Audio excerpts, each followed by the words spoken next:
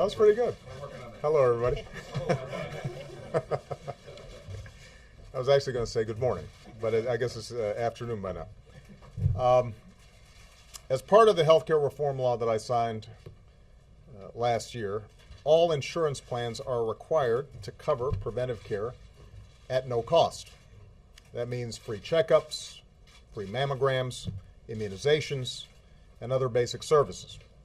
We fought for this because it saves lives and it saves money for families, for businesses, for government, for everybody. And that's because it's a lot cheaper to prevent an illness than to treat one. We also accepted a recommendation from the experts at the Institute of Medicine that when it comes to women, preventive care should include coverage of contraceptive services such as birth control. In addition to family planning, doctors often prescribe contraception as a way to reduce the risks of ovarian and other cancers and treat a variety of different ailments. And we know that the overall cost of healthcare is lower when women have access to contraceptive services. Nearly 99% of all women have relied on contraception at some point in their lives. 99%. And yet more than half of all women between the ages of 18 and 34 have struggled to afford it. So for all these reasons, we decided to follow the judgment of the nation's leading medical experts and make sure that free preventive care includes access to free contraceptive care. Whether you're a teacher or a small businesswoman or a nurse or a janitor, no woman's health should depend on who she is or where she works or how much money she makes. Every woman should be in control of the decisions that affect her own health, period.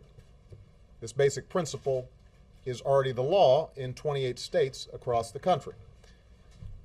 Now, as we move to implement this rule, however, we've been mindful that there's another principle at stake here, and that's the principle of religious liberty, an inalienable right that is enshrined in our Constitution. As a citizen and as a Christian, I cherish this right. In fact, my first job in Chicago was working with Catholic parishes in poor neighborhoods, and my salary was funded by a grant from an arm of the Catholic Church. And I saw that local churches often did more good for a community than a government program ever could. So I know how important the work that faith-based organizations do and how much impact they can have in their communities. I also know that some religious institutions, particularly those affiliated with the Catholic Church, have a religious objection to directly providing insurance that covers contraceptive services for their employees. And that's why we originally exempted all churches from this requirement, an exemption, by the way, that 8 states didn't already have. And that's why, from the very beginning of this process, I spoke directly to various Catholic officials. And I promised that before finalizing the rule as it applied to them, we would spend the next year working with institutions like Catholic hospitals and Catholic universities to find an equitable solution that protects religious liberty and ensures that every woman has access to the care that she needs.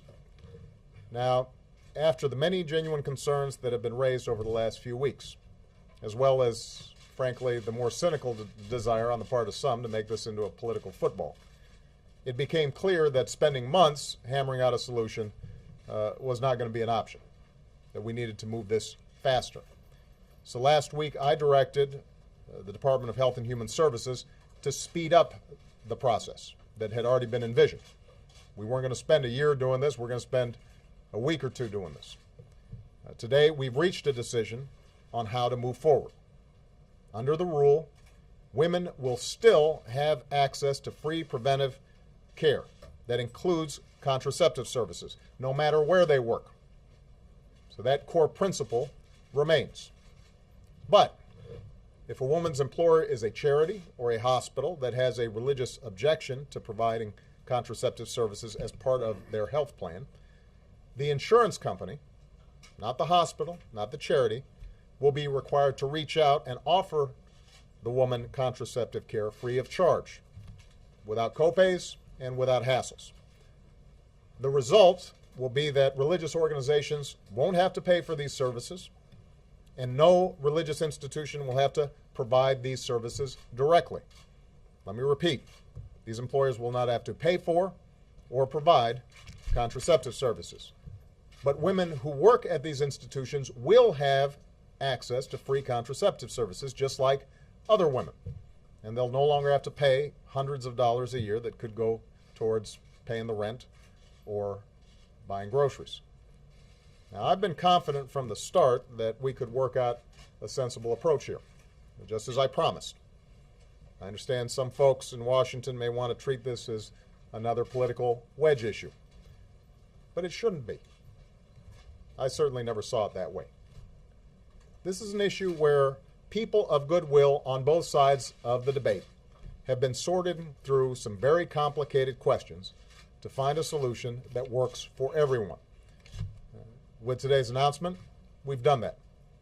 Religious liberty will be protected, and a law that requires free preventive care will not discriminate against women.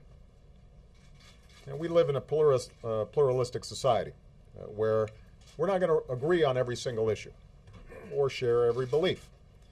That doesn't mean that we have to choose between individual liberty and basic fairness for all Americans. We are unique among nations for having been founded upon both these principles, and our obligation as citizens is to carry them forward. I have complete faith that we can do that. Thank you very much, everybody. Archbishop